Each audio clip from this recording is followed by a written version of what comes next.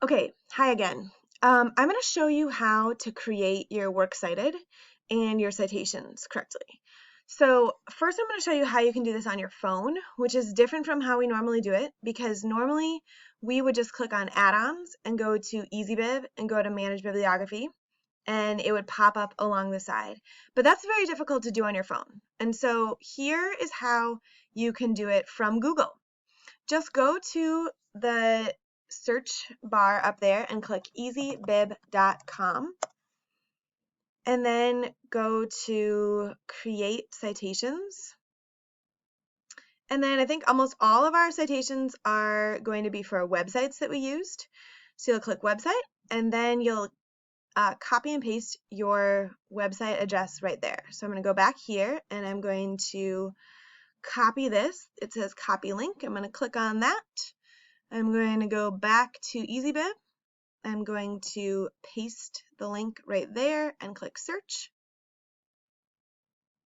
And there it is, right there. Is recess important for kids? Here's what the research says. I'm going to click cite.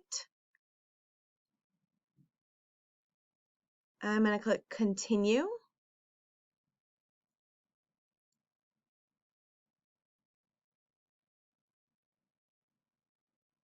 It's just giving me all the information that it has right here. I'm going to click complete citation. We have created your MLA 8 citation. That's exactly what I wanted to hear. Now I'm going to go down here and look, it's so pretty.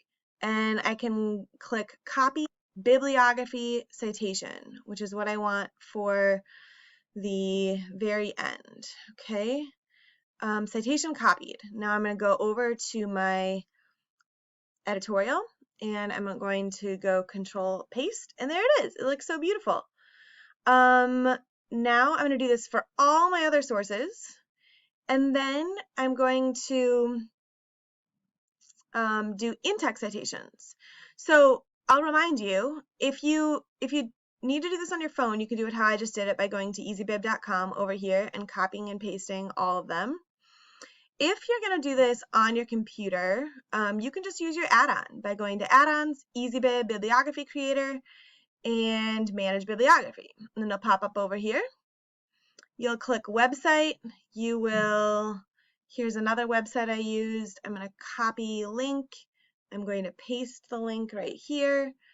I'm going to click search. There it is. Older students need recess 2. Select. Add bibliography to doc. And there it is.